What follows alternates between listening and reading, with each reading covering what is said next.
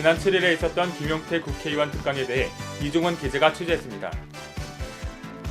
지난 19일부터 3일간 있었던 유니피스 평화 전시회에 대해 이종훈 기자가 취재했습니다.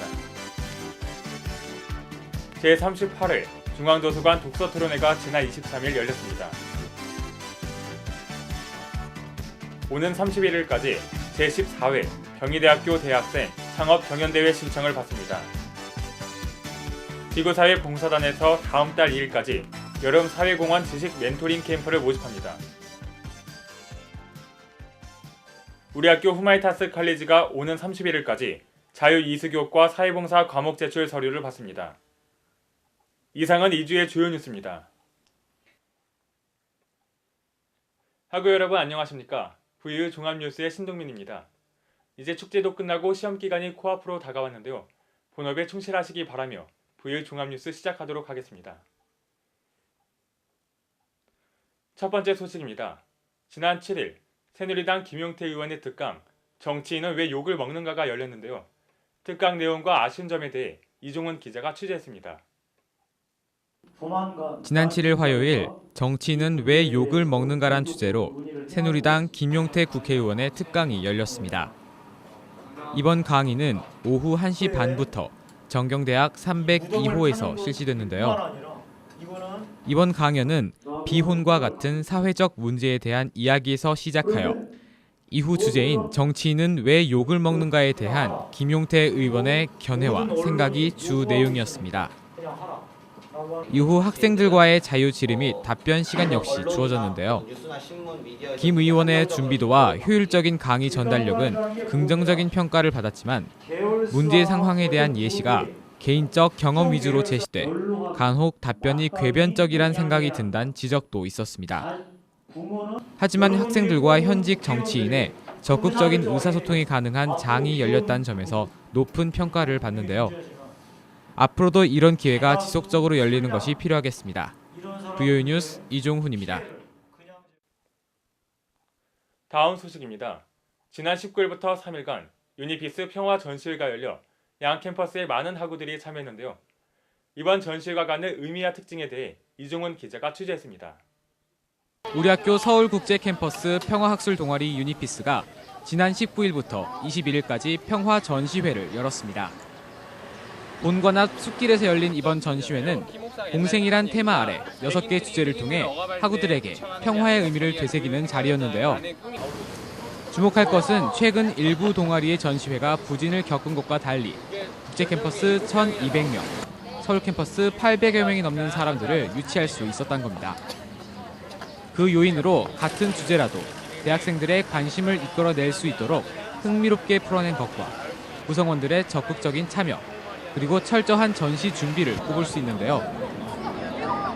네, 먼저 제가 생각할 때는 대학생들이 공감할 수 있는 그런 어떤 혼자 밥 먹는 뭐 이런 레벨 테스트나 뭐 조금 더 쉽게 제작한 패널 내용 같은 이렇게 쉽게 접근할 수 있는 내용들이 많아서 또 많이 공감을 해주셨던 것 같고요. 그 공감한 내용을 바탕으로 결국 평화라고 하는 조금 묵직하지만 어쨌든 우리가 늘 어떻게 보면 늘 생각하고 있어야 하는 주제에 좀 더 쉽게 접근할 수 있었던 그런 방법이 되지 않았을까 싶고 또 그 보시면 아시겠지만 뭐 솜사탕이나 여러 가지 그런 부차적으로 했던 여러 가지 그 이벤트들도 성공적인 전시의 하나의 방법이지 않았을까 생각합니다.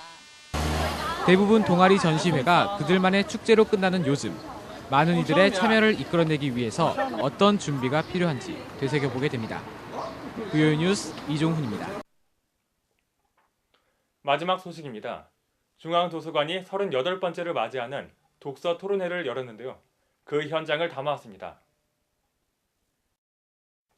지난 23일 오후 3시 중앙도서관 시청각실에서 제38회 중앙도서관 독서토론회가 개최됐습니다.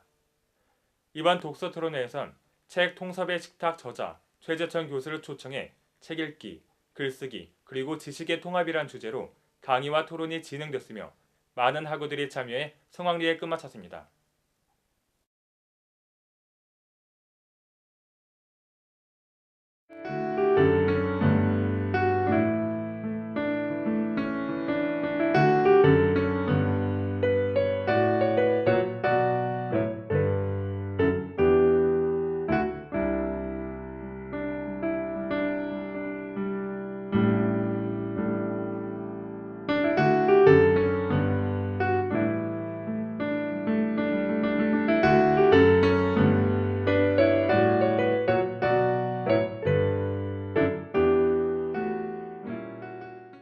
다음은 최지우 보도부장의 논평입니다.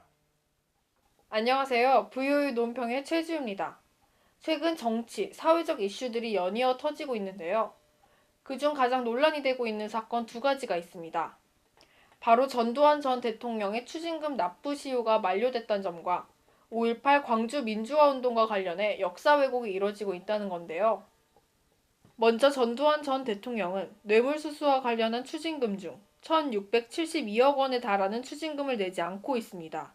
하지만 이번 10월 달에 추징금 납부 시효가 만료되는데요. 이에 각종 단체들이 정부 차원의 대응을 요구하고 있습니다.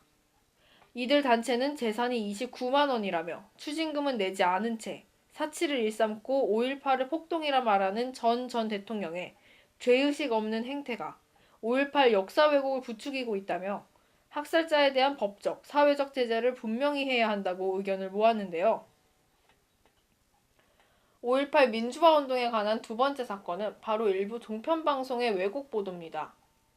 채널A와 TV조선이 5.18 민주화 항쟁에 대해 북한군 개입을 주장하며 보도한 겁니다.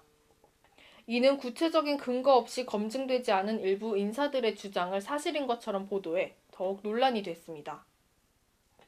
역사 왜곡 논란과 전두환 추징금 납부 시효 만료. 두 사건 모두 민주화를 위해 피 흘리며 쓰러져간 5.18 광주 민주화운동의 희생자들을 모욕하는 일과 다름없을 겁니다.